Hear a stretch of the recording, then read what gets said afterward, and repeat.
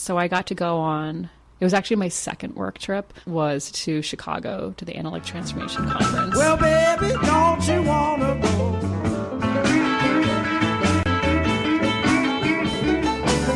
to my old hometown? Woo, sweet home, Chicago. Which INSA was presenting, and I was there as a research assistant to help really with conference logistics, I would say. But it was the event where the Director of National Intelligence was rolling out, in conjunction with INSA, Becca McGregor, the ideas behind analytic transformation, and industry was invited to engage in a discussion about how the analytic community needed to change and what the ideas were, and the programming was going to be around the transformation of analysis across the intelligence community. I remember there were members of the press there. Like, I vividly remember this scene. I didn't really know everyone at the time, but I put it together later, of Dr. Wertheimer and Dr. Fingar sitting in a corner with like New York Times journalists giving interviews about their plans for analytic transformation. There was like a big conference hall. I believe the Director of National Intelligence was supposed to speak too, but couldn't come because bin Laden released a videotape that week. And he stayed back to deal with the fallout of a new bin Laden tape. So that was summer of 2007. I want to hear your story around the Chicago conference. Why do this? Because on the outside, it's absolutely bonkers. We're going to have this big thing, not in Washington, not in a city where there isn't any intelligence support, at a big hotel. We're going to bring the press, and we're going to have all these panels. Why do this? Why was that a good idea? Dr. Wertheimer's reaction. Well, let me say, first of all, I love that conference. I don't think it was a loss. I think it was one of the greatest things I've ever been a part of. Some people think that's the dumbest thing they heard. You helped find bin Laden. How can a stupid conference in Chicago mean more? No, we planted a lot of seeds at that conference. So let me tell you a little bit about it. I was shocked coming from NSA, where if you even read the newspaper, they want to lock you up. I love NSA. It was my home, but they are media terrified. You don't. I'll tell you a quick aside. Later, when I came back to NSA, I get interviewed by like a GS7 at security. We heard you use the word cyber in public. We don't say that here. I said, you realize I'm coming from the ODNI, which lived in the public.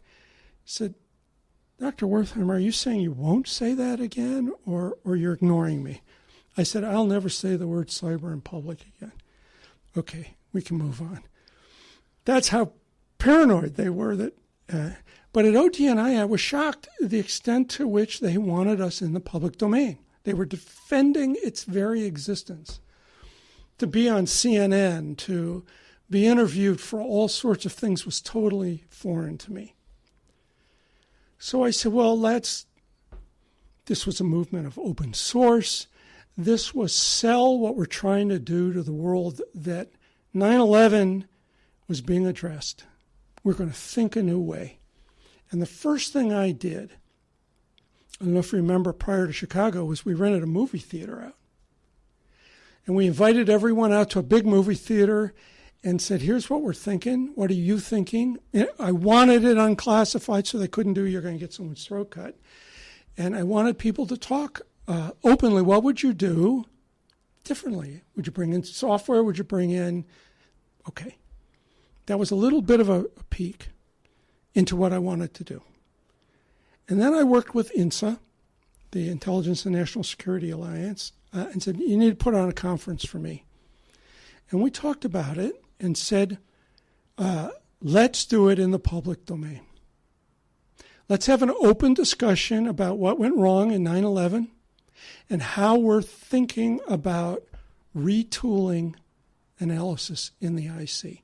Let's defend the OD&I, but let's be honest, we don't have all the answers. So let's hear from everybody who thinks they have an answer. Well, the press wanted to come. I knew they would come. And a lot of folks I wanted to come that didn't have clearances because maybe they had an idea I didn't. I wanted unclassified input to the challenge of pursuing a foreign target when they live on U.S. networks. I wanted to be open. I just wanted to do it, and Tom, being the guy he was, said, do it. Good morning. My name is Sean Waltman, and I am a United States intelligence officer. I stand here today as a direct result of the intelligence community's post-9/11 hiring blitz, a representative of the large percentage of our intelligence officers that are members of Generation Y. I'm 25 years old, and I came to the community directly after defending my master's thesis at Virginia Tech just 2 years ago. Now, despite my extremely short term in this career, my peers and I are already beginning to inherit significant responsibility for the success or failure of the United States intelligence community. And if that fact scares you, I'm afraid the next piece of information may not sit well with you either. You see, the U.S. draws from a Gen Y workforce which consists of approximately 70 million citizens. That's nearly 2/3 less than the 200 million Chinese Gen Yers, and that's just China. Our generation lives in an information and technologically dominant era and is conditioned to the technologies that are on the bleeding edge. We don't need to be sold on the tech. And furthermore, we don't need to settle on the technologies that we are comfortable with. Rather, we continually seek out the next best thing. We know we can always do better, we can do it in short order, and we can prove it. Now, I came to work for the National Geospatial Intelligence Agency following a call for patriotism, having known very little about what the intelligence and defense professions are really all about. And I'll never forget the disappointment and disillusionment that presented itself to me within my first 3 months of my career. Now, it wasn't that the privileged information, the capabilities, and brilliant minds weren't made available to me. They were, and they still are. It was when I first logged on to what I expected to be a terminal from 24's CTU Command Center that I was instead driven to my agency's homepage, which flashed information about an upcoming picnic and links to fill out my health insurance. And not only that, it launched in Netscape. Mark Lowenthal, former Assistant Director of Central Intelligence for Analysis and Production. So the CIA was created in 1947. In 1949, we have first study of how well is it working. The Dulles-Jackson Korea Report. Right? It's 2 years into the trip, and then you get to the Eisenhower. I just published the history of U.S. intelligence, so this is fresh in my mind. The Eisenhower administration probably conducted more studies of U.S. intelligence than any other administration, which would suggest that despite everything Ike said about Dulles, and he was very favorable to Dulles, he wasn't happy. He wasn't happy with it. And so we've been building it and studying it and reshaping it time after time after time. And obviously we're never going to hit stable one, as he was saying in the space base. We're never going to hit this. That's it. We got it right. It's done. But it's interesting how many times, I made part of a career out of this, we've studied the organization, structure, and function of U.S. intelligence. General Jim Clapper. Well, it's a little daunting for a geezer like me to be up here with everyone wired and laptops on the tables and all that sort of thing. Favorite saw of mine, and some of you have heard me use this before, but this conference seems to me to be so about transformation and change. And as you know, many of you know that we in the government sometimes have trouble transforming or changing. And it seems to me that what this conference is really all about is, at least, we recognize that, and we're outreaching. And so good on the Office of the DNI, the Director of National Intelligence, and INSA for putting this on. But and Gary, forgive me, you've heard this before, but I got to use it. Dakota tribal wisdom says that when you discover you're riding a dead horse, the best strategy is to dismount. But in government, we often try other strategies. We buy a stronger whip, we change riders, we say things like, this is the way we've always ridden this horse. We appoint a committee to study the horse. We arrange to visit other sites to see how they ride dead horses.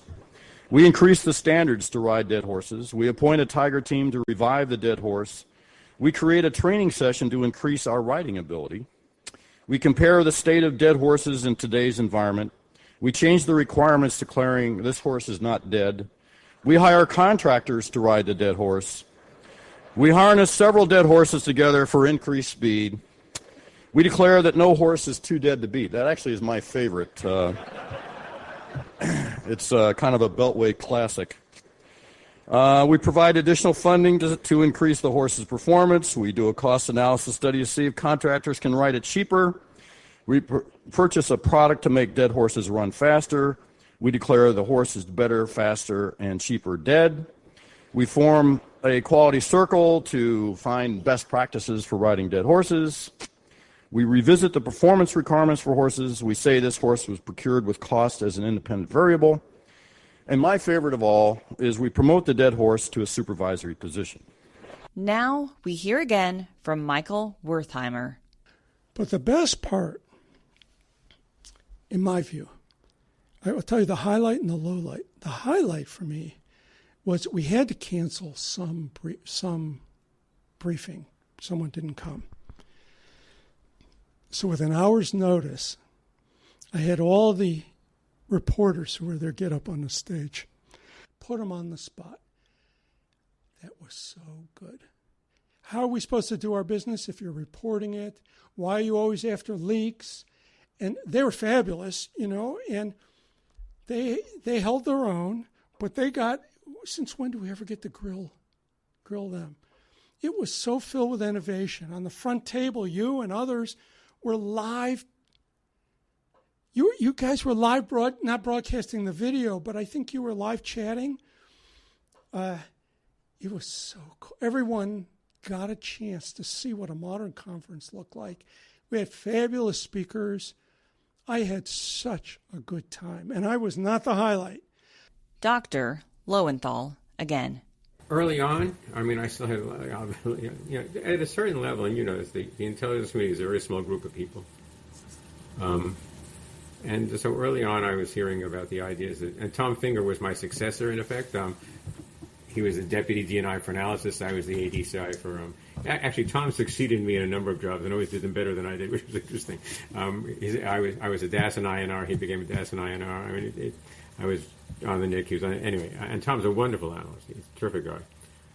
So I heard about it early on, and then there was this famous meeting in Chicago that I think INSA sponsored actually, where Mike Wertheimer was a brilliant individual, brilliant SIGINT officer. Tried it out. Analytic Transformation, and a lot of us were there. I was there. A lot of former senior intelligence analysts were there. And a lot of young analysts were there. It was an interesting meeting. And Shane Harris, wrote a famous article about the meeting.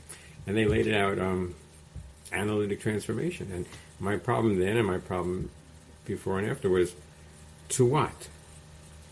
Transforming from what to what? And I asked this question, I think politely, at this meeting. One low light, I remember I'd given some talk about what is this all about? Why are we doing it and so on. And I'll never forget Mark Lowenthal. I'd really rather you ask the questions at this point. Questions? Oh, right there, a microphone on its way. No, not Lowenthal. Mark, what can I answer for you?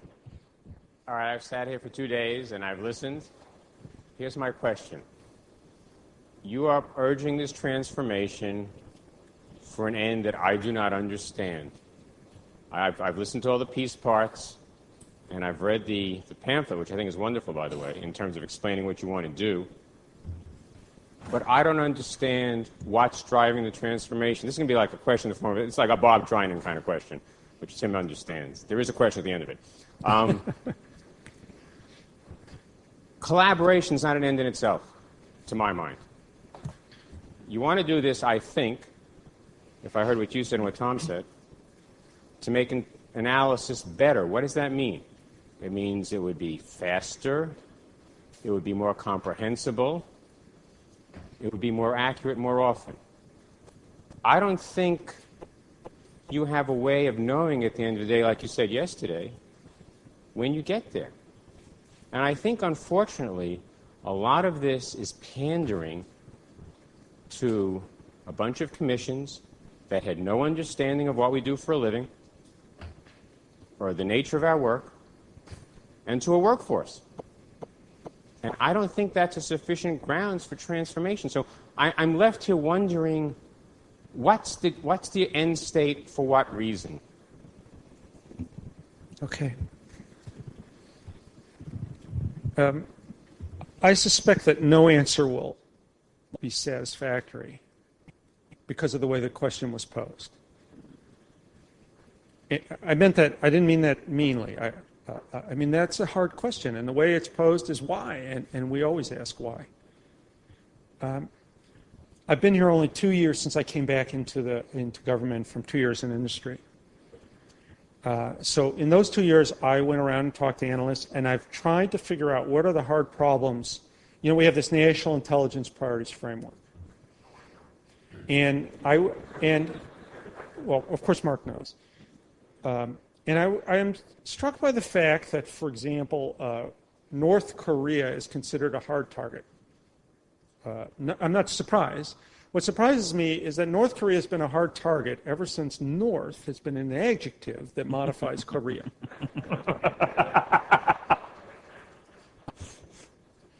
So I looked around, who's thinking about this differently? And then I found a group of folks who took an extraordinary risk. By the way, if you want to work some of these hard problems, there will be managers who tell you it's a career killer to go because they've been plowed over so many times. You won't get anywhere. And what they did was they picked a part of North Korea they wanted to essentially what we call a whiteboard. In other words, erase all. They started to look at what did we know about this. And they started to go back and they said, well, here's our baseline analytic. We've all agreed to this. This is the analytic part that got the stamp of approval. And then they went to, what did you base that on? And then they started to trace the sourcing backwards. And eventually, the sourcing dried up. In other words, they could not find anything for the original sourcing. It just seemed to keep going back. And when they finally got to the end of the trail, there was nothing there. So they said, let's take all the assumptions off the table. And they went and they said to NSA on this problem, do you have anything? Nothing we do is relevant because of this. And they said, well, because we don't allow you to rely on anymore. And little by little, they started to stitch together and had some of the most spectacular breakthroughs on this problem we've had since North became the adjective in front of Korea. Completely have rewritten the book. And how did they do it? And before, I just watched. They collaborated in ways that they never collaborated before. They shared information that was always in the past considered irrelevant to the problem. They took a completely contrarian view, and so on. And they were hard to manage. They pretty much said, we don't care what you tell us, we're going to try anyway. A lot of people took a risk. I have about 4 of those stories. It's not enough to go on because hard problems are hard. Every one of them has these things in common. Big breakthroughs on what we thought were impossible problems. And those big breakthroughs came through from multi-int, multi-agency, collaboration, a clever use of tools that weren't designed for the problem that they were able to modify. The themes for the hard problems seem to be the same. It's a small sample. So what am I doing here? I'm spending a little bit of money to create a new environment for which, if that's a model that works, this will be the environment in which it not only can work, but can excel. That's about the best I can do for you.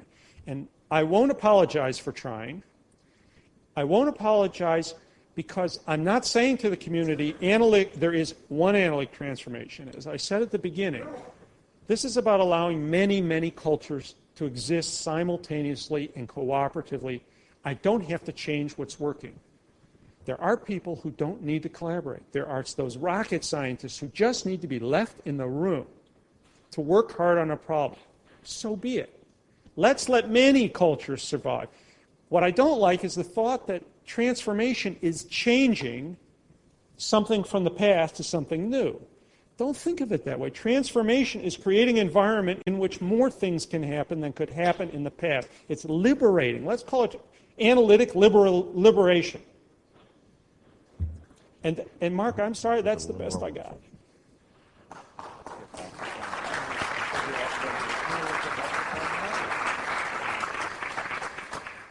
Now, let me say a few words about Mark, who may be the smartest or most thoughtful analyst that this community has had.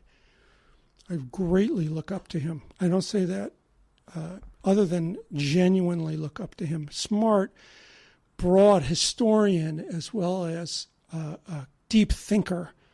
So I listen when Mark talked. I don't know that he knew how much I listened to what he said. And anything he said, I stopped and took a lot of time. It's not one of the people I took casually. And I was deeply hurt in front of everybody when he said, I get what you're saying, but to what effect? I had an answer, and out of respect for him, I didn't say it.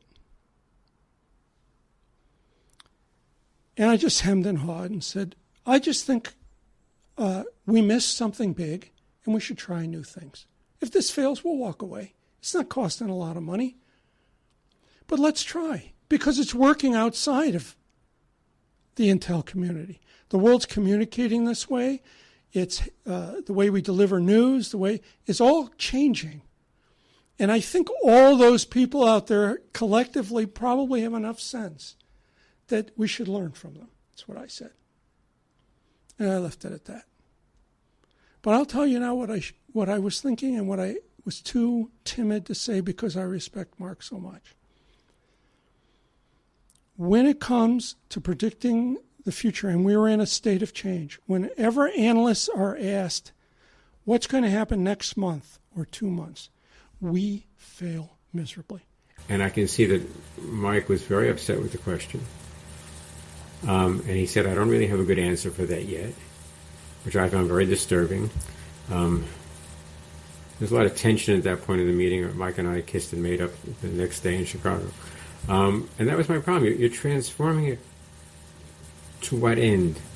And what I wanted to say at that time was, if we expose not only the collected intelligence, but the expertise of people in different fields in a place like A-Space, if different folks with different biases and different ways of looking at the world come and you ask an Intel problem, where is this going to be next week?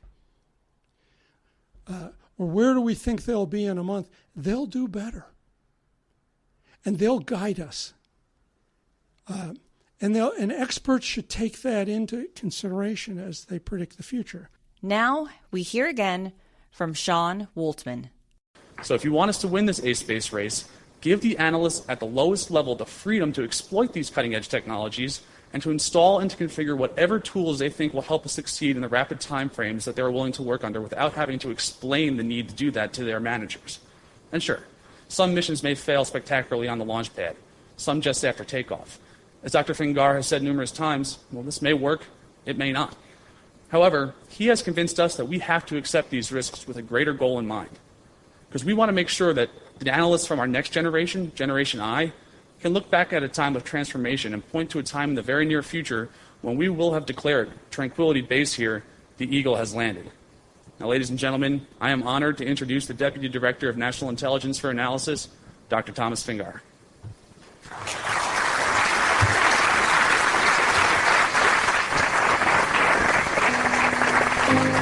Good job, Sam. Good job.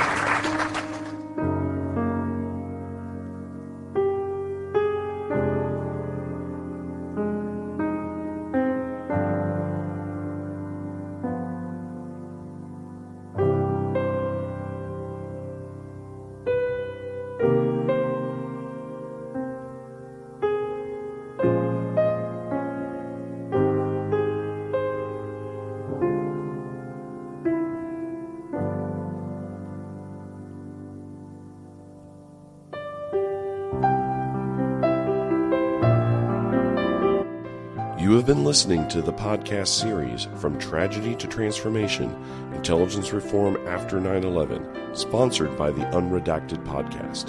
The interviews you heard were conducted by me, Brian Drake.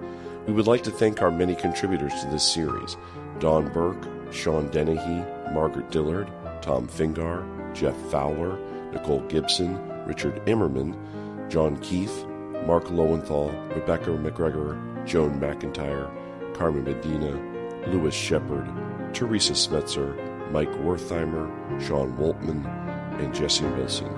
From Tragedy to Transformation was produced by Lindy Kaiser and Brian Drake, with support from Sean Dennehy, Jim Clapper, and Chris Rasmussen.